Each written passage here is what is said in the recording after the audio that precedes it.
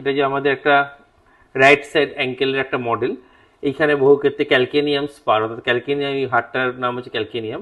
এইখানে spare formation একটুখানি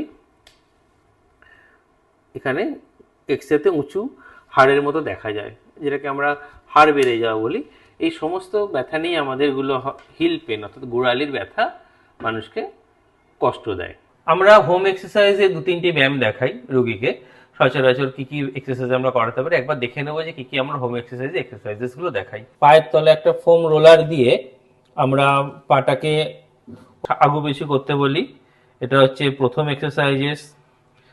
second, একটা বল, ক্যাম্বিসের ক্রিকেট খেলার বল হতে পারে, আমরা এখানে একটা রাবারের বল রেখেছি, তার উপরে পাটি দিয়ে ভালো করে প্ল্যান্টার ফ্যাসাটিকে চাপ দিয়ে গোড়ালির পায়ের তলাকে চাপ দিয়ে দিয়ে রোল করা, এটা সেকেন্ড এক্সারসাইজ, খুব কার্যকারী। এবং